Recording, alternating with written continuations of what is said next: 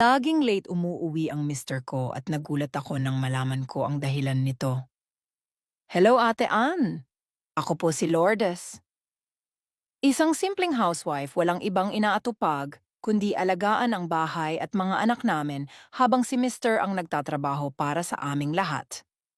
Okay naman ang pagsasama namin, simple lang ang buhay pero masaya kami. Wala kaming problema noon pero lately, napapansin ko na parang may nagbabago. Madalas nang late umuwi ang mister ko. Dati kasi, around 6 or 7 p.m. nandito na siya sa bahay. Pero nitong mga nakaraang linggo, bigla na lang siyang ginagabi ng uwi. Minsan past 10 pa siya nakakauwi. Tapos ang rason lang niya palagi ay madami lang work o overtime lang. At first, naniwala pa ako. Kasi alam ko naman na hardworking siya. Pero habang tumatagal, parang nagiging cold na siya. Hindi na siya masyado nakikipag-usap, parang lagi siyang pagod at hindi na rin siya masyadong sweet kagaya ng dati. Doon na talaga ako nagsimulang magduda. Ang unang pumasok sa isip ko, baka may babae na. Alam mo yung instinct ng isang misis? Ganon yung feeling ko. Sobrang paranoid ko na kaya minsan habang naliligo siya, sinilip ko yung phone niya, inisa-isa ko yung messages, gallery, call logs, lahat. Pero wala. Wala akong nakita na kakaiba. Walang suspicious messages, walang selfie ng babae, walang kahit ano. Medyo nahiya pa nga ako sa sarili ko kasi parang naging unfair ako. Pero hindi pa rin ako mapakali.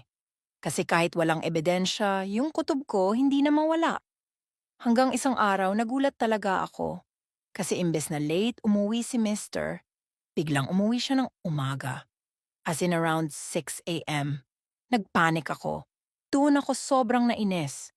Ang una kong naisip, baka hindi na talaga niya ako iginagalang. Kaya tinanong ko siya kung saan siya galing at bakit hindi siya umuwi kagabi. Nagalit siya.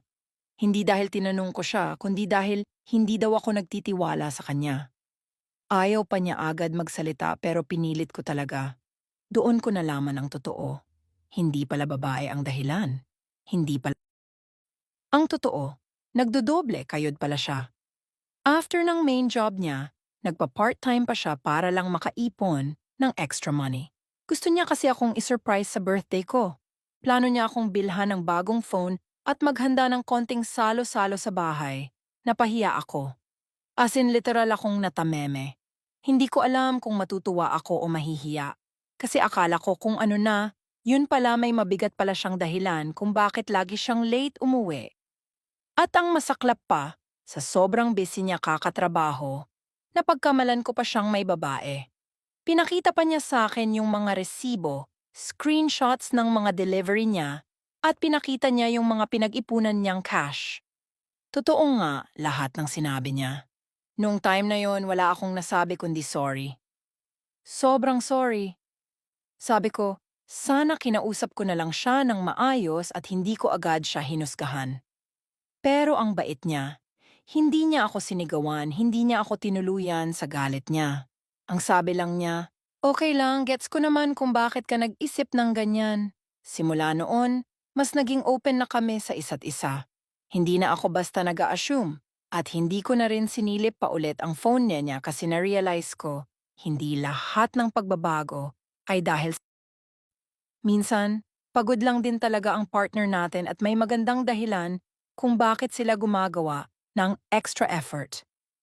At oo, hindi na ako masusurprise sa birthday ko kasi nalaman ko na yung plano niya. Pero sobrang natatouch ako kasi kahit hirap na siya, iniisip pa rin niya ako. Doon ko na-realize na ang tunay na pagmamahal, hindi laging sweet words o gifts. Minsan tahimik lang sila pero gumagawa ng paraan para mapasaya ka.